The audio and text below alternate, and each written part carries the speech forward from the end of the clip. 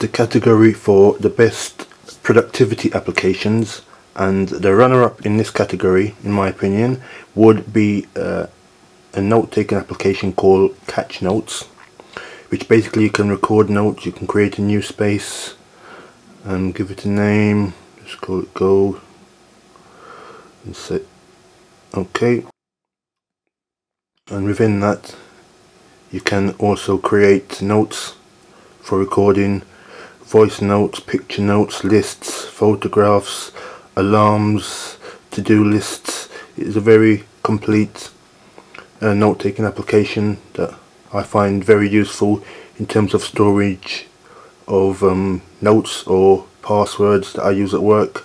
You can also set a passcode so that you can restrict access on this as well. So this would be my runner-up application as a best productivity application. My favorite productivity application on the phone or tablet would be the popular Dropbox. It's basically ideal for copying files from my phone to my tablet, from my tablet to my computer, and then from my computer to my laptop as well. So in terms of moving apps, media files, books, images from one device to another, it is very good. There are other applications like SugarSync and Box, but in my opinion Dropbox is clearly the best application in terms of productivity for use on an Android phone.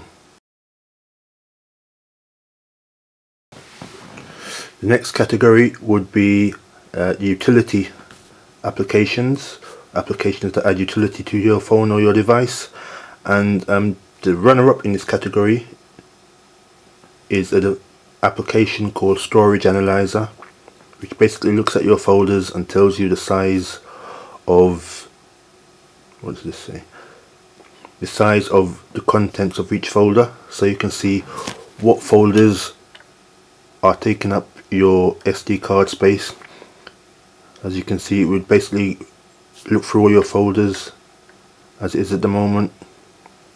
You can see my Pocket Cast folder where I store all my podcasts is quite large.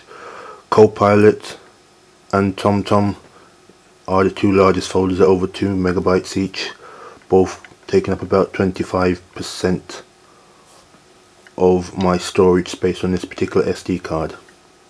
So it's very simple, but it does its job very effectively and is very useful. Storage Analyzer. My favorite application in the utility category is an even simpler application, but it's very useful particularly at night if you want to read, and it's an application called Screen Filter. That's basically what all it does is dims the screen, so if you're reading at night, as you can see, you can hardly see it at all. And if you want to turn it off, just go back in, click it again, and it's back on. So even if you do have the option of changing your screen brightness down to the minimum, it's still fairly bright, as you can see there. And if you want to reduce that even further, you can click and it's almost black. I can see it on the screen just about. In fact, I can't even see it, it's this dim.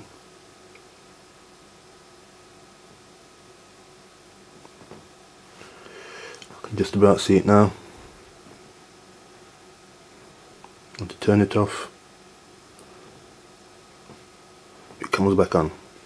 So Screen Filter for adjusting the brightness of your screen at night.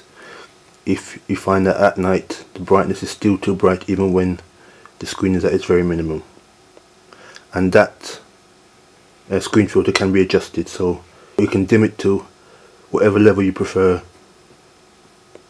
using Screen Filter. So that is my favorite utility application. My runner-up as my favorite music application is a music player called N7. You can get this as a free trial on Google Play. It's basically a very nice looking application. It lists all the artists on my phone at the moment. I'll just show you the screen. There you can see the music.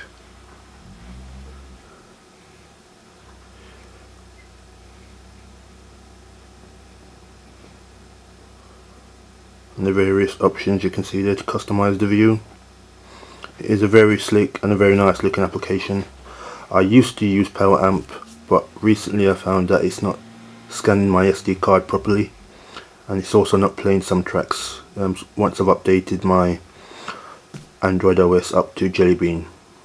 But at the moment, the runner-up would be this application called N7 Player.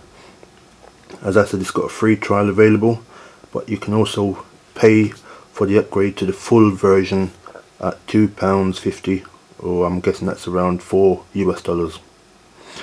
My favourite application for music is Google's own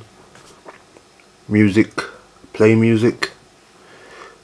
Basically, the main reason I like this the best is because it has the ability to play songs stored on Google's Cloud or Google's Drive. I've currently got about 13,000 songs on there. You can switch to device only, and so it would only play or only show music that's on the device, or you can include the music that's in the cloud and you have access to all your music, or in my case 13,000 songs worth of music. So my favourite application in terms of playing music is Google's own Play Music.